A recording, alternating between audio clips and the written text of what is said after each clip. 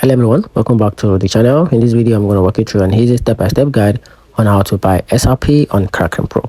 So to get started with the straight and easy step-by-step guide, so the first thing to do is to go to pro.kraken.com or open the Kraken Pro app on your mobile, then log into your account using your account credentials. Then from there you have to deposit funds. So if you haven't already fund your Kraken account, then click on funding on the dashboard, then click on deposit and choose your preferred currency. For example, you can pick USD or Euro, depends on how you want it. Then follow the instruction to fund your account.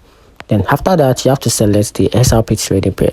So to do this, on the Kraken Pro dashboard, use the search bar to find XRP, then choose the trading pair you want to buy. For example, SRP/USD or XRP BTC. It depends on how you want it.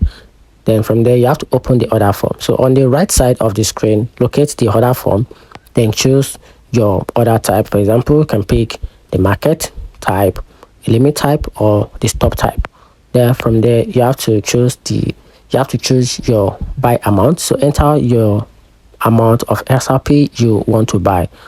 Then after that, for the market order, the order will be executed immediately at the current market price.